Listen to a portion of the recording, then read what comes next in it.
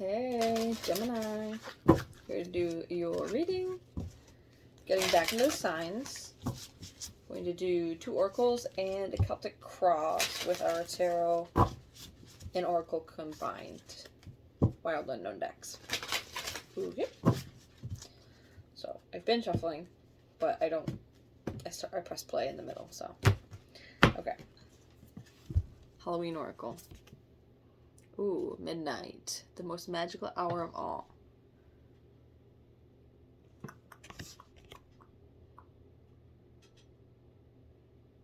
A little bit of magic. A little bit of magic in store. At the midnight hour. With apple. Risk and reward.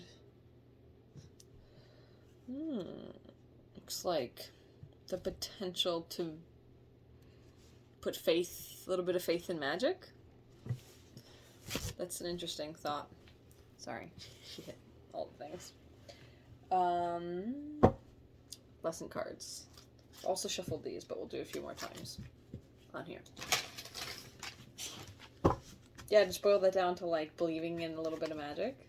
I mean, that is risky. But like, would magic let you down? Not unless you had ill intentions, in my opinion. Controlling someone else's sovereignty. You know, spell work isn't necessarily the most beneficial thing in the world, but I didn't mean to get so many. Maybe there's some things to think about. Worry. I'm learning that worry doesn't change the outcome. So it's like, goes well with the risk and reward. Indecision. I use my intuition in all aspects of life. It's a pretty color combination. And then relationships. I'm attracted to those who serve my highest good.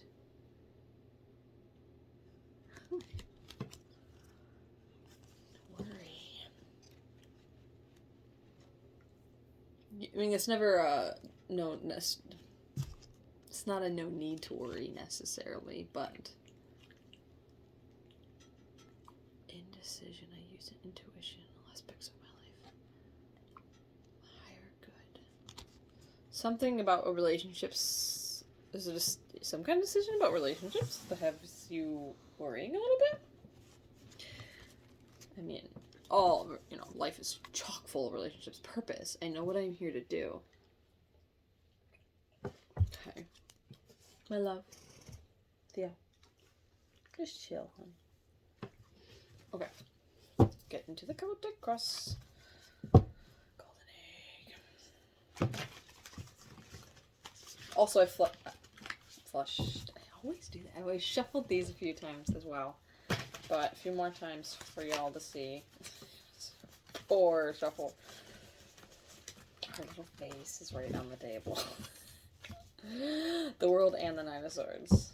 I'm trying not to look. I'll hold it that way so I don't look at the bottom energy. I like to be just as surprised. I mean, you'll see it before I see it if you're paying attention. Visually and not just listening. Okay.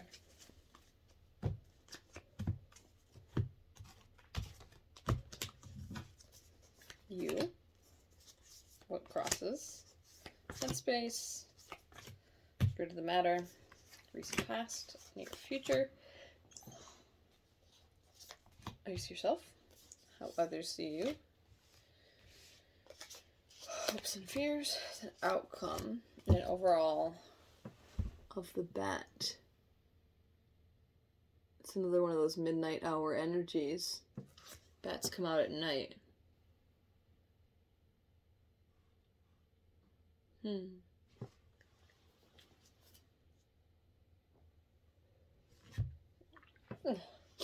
Okay, you. The Elk and the Son of Swords. Elk is definitely a powerhouse. Swords are mental energy. Sons are knights.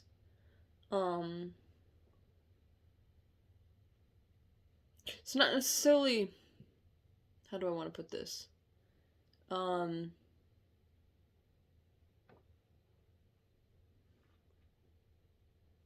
would think of like Pages as less mature student energy, but it's also I think of Gemini as a little more not childlike, but holding on to a playful nature when they choose to. But they could be as serious and as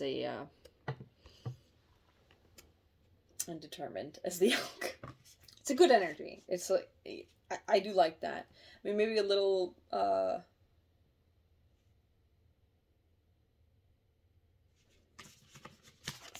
like mental energy and a little bit of a rush there from time to time. It's not bad, you know. We all rush from time to time. Oh, this is interesting. What crosses you? Bear and the unicorn. Whoa.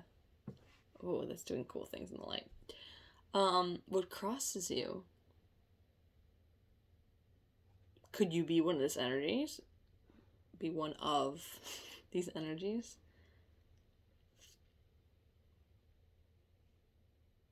Or these two aspects of yourself? I don't want to, you know, stick on the twin trope, but I mean, anyone would have two aspects of themselves. Goodness. One that's wanting to believe in magic, and the other that is very much driven by purpose and sees magic as a risk. Again, this could be two other people. But if you're an elk energy, if you are elk energy, these could be aspects of yourself internally. Okay. Headspace. Oh. The Spider and the Five of Cups.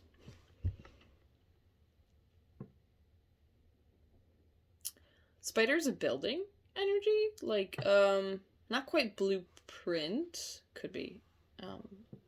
But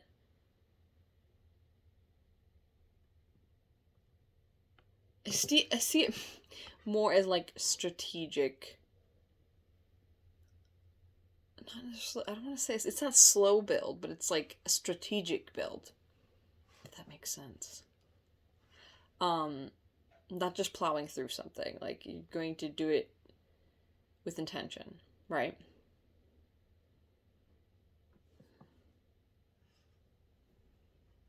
Maybe something's not happening quite fast enough, and it's putting you in your head emotionally. Well, these aren't thoughts, they're cups. Headspace. Yeah, okay, that's why I said that. This is the headspace. So you're trying to be strategic. Things might not be going as quick. There is nothing about speed here, but I'm getting that. Like something's not quite where you want it to be yet. So there's just a sense of emotional disappointment in your thought space. Okay. Root of the matter. Oh. Interesting. Okay.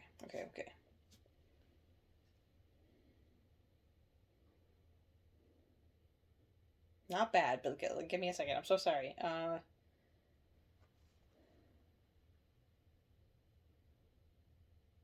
Root of the matter. Okay. You've got the Nine of Wands, which is my don't you dare give up. Because you're almost, I mean, it's the moon, not the star, but you're almost to the top. You're almost to your wishes or your objectives. Wands are actions. You've been taking the steps, right? But maybe there's been hiccups. Because 5 is change. This is the Hierophant. But there's been maybe some bureaucracy getting in the way of certain things. And or just cultural patterns. I mean, you can see the Hierophant as like the patriarchy, systems, institutions.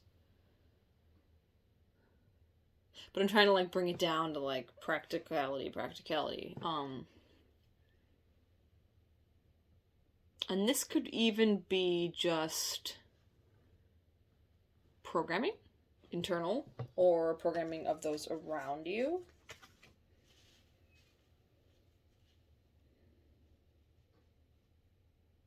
that causes a hiccup. And I say that because of the lightning. So I see this particular card as like a mini. It is its own major. But with the lightning bolt, it reminds me of Tower-esque energy. And with the 5, which is change. So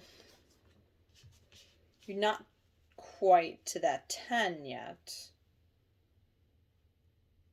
Which I know is 10's like the burden, but it's a burden with purpose. Where'd it go? Purpose. Risk and reward. Okay. Recent past. 7 of Wands and the Death card.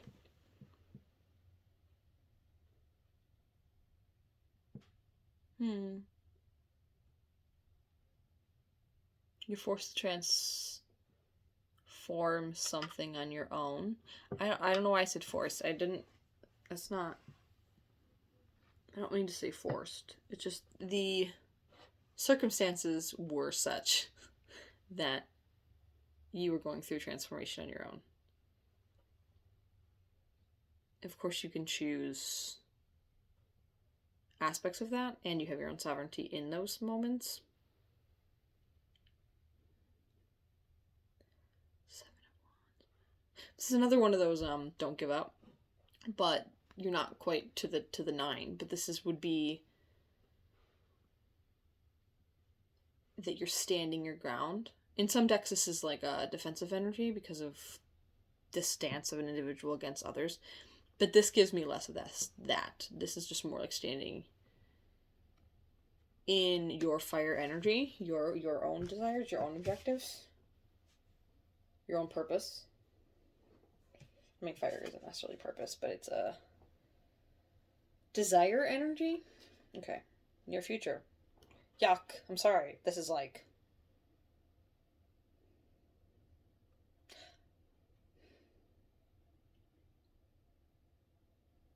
Okay. This isn't necessary. I mean, near future. The Rabbit and the 8 of Cups. So...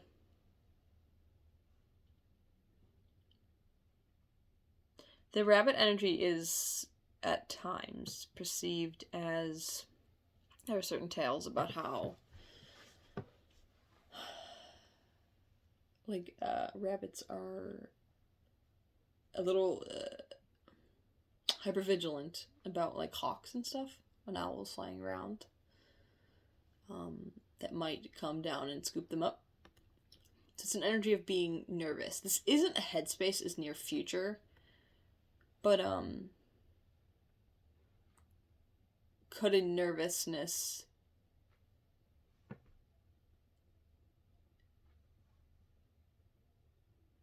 okay, and I think this is true of all of us. Could a nervousness make you a little bit afraid of a risk that would be climbing any emotional mountains? You've all done that and had mixed success.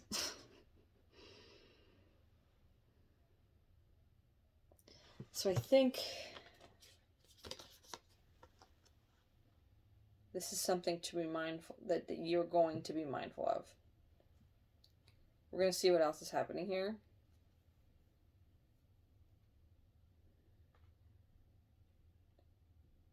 This could be within yourself or without. Worry and indecision in relationships. I mean, it's all tying into me. It's like worry, indecisive, emotions. When you talk about emotions and like this visual mountain, it's like climbing that mountain together with somebody. Like relationships take work, all of that stuff. And relationships literally came out.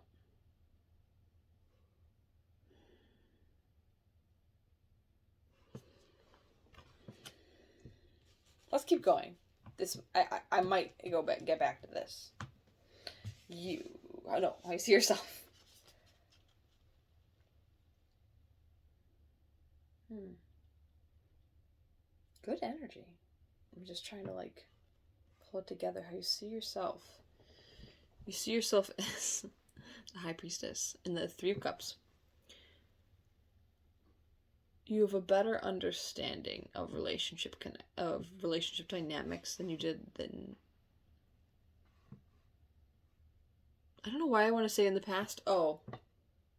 Okay, that's why. Because she's looking back. Because I knew it popped up for a reason when I first looked at the cards. That is why I thought of the past.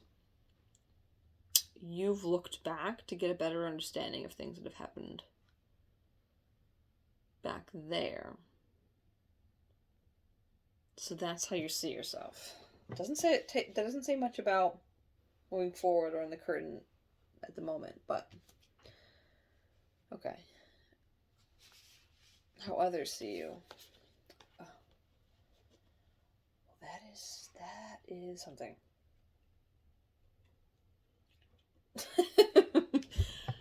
The hummingbird and the scorpion. That's how people see you.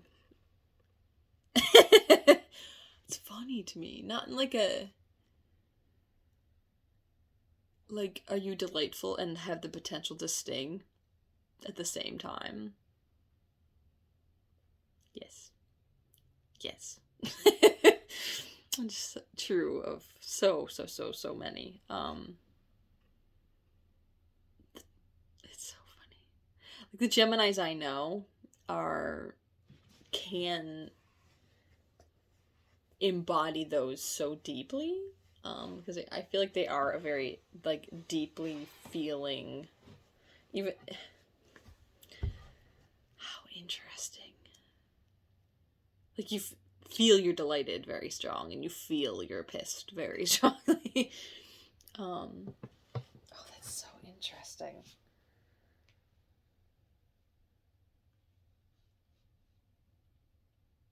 You are certainly more than those they're not even that extreme. That's the thing. Like, this isn't a shark and, like, the otter. These are somewhere... They're not that extreme. But... Oh, that's so interesting. Okay. Hopes and fears.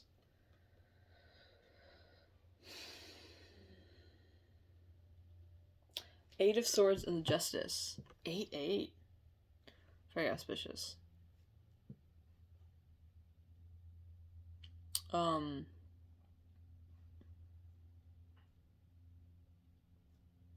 of Swords. I'm trying to think back to the traditional Eight of Swords.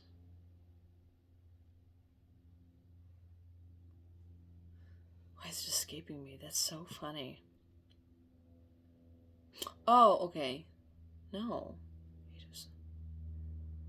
It's really eluding me. That's so interesting. I'm, like, about to pull out a deck because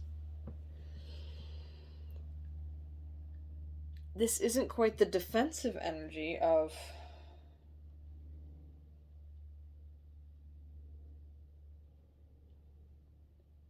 I'm gonna pull out a deck. I'm so sorry. Give me a second. I don't usually do that, but I really want to get... Like, I want to give you this message properly, and it's like throwing me for a loop here a little bit.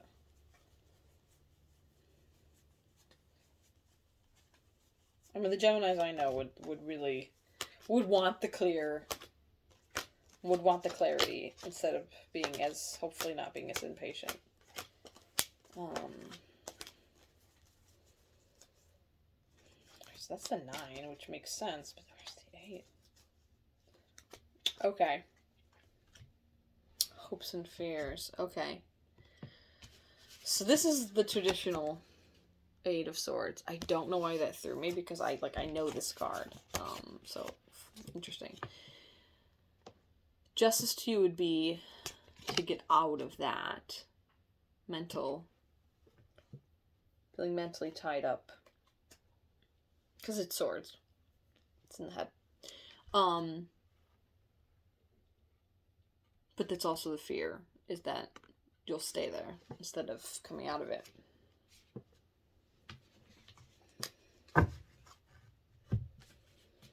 Outcome.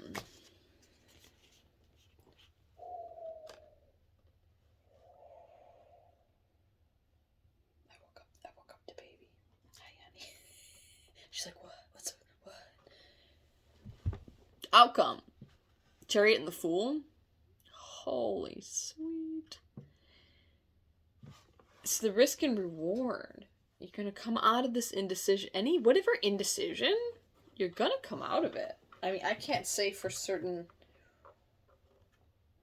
that this will lead in tremendous success. I don't have that here. But purpose, I know what I'm here to do. Coming out of worry and out of indecision. Risk and reward. Potentially believing in magic. Moving forward with... He's got that pentagram? Oh, he's moving forward with some kind of faith in magic. And the Fool is trusting. So maybe you're heading into a new Fool's journey. And I can't really give you an indication of success. But I think you see yourself as somebody who was able to, as a high priestess, that was able to learn from all the things in the past. So you have a better understanding now of the things that happened then. So I think you have enough faith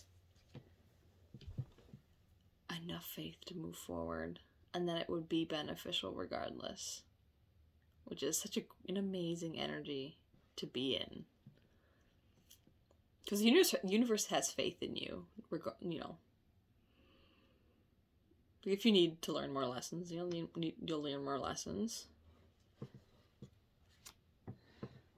I like this. You seem determined and open, and that's gonna lead to amazing things, in my opinion. It's so funny. Like maybe you're going in blind a little bit, but not. Wait, blind is a bat.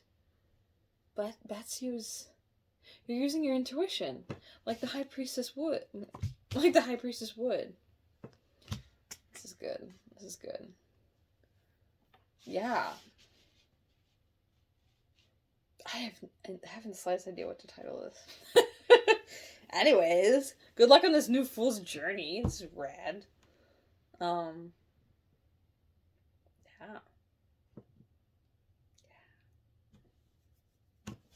I love you. I'll see you again.